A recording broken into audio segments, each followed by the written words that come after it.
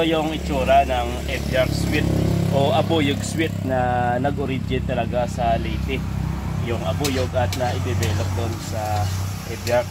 Kung inyong makikita, grabe yung kanyang laman. Mas malaman siya kumpara sa ibang langka. At alam naman natin na yung Evyart ay ito yung sweetest jackfruit. Kaya titikman natin kung talaga bang nababagay sa kanya yung titulong sweetest jackfruit. At hindi siya madagta kagaya ng ibang langka.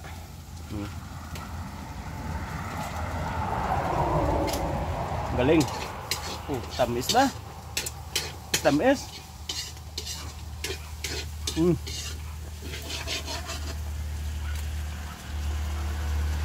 Mas malaman siya kumpara sa ibang langka.